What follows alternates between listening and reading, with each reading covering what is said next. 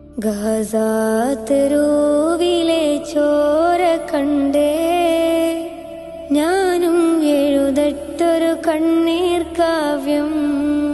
പിഞ്ചോമന മക്കളെ ചോരക്കായി ദാഹിച്ചലയുന്ന ചെന്നായ്ക്കൂട്ടം. മരിച്ചത് ഞാനല്ല, നീയാണ് മുസ്ലിമേ.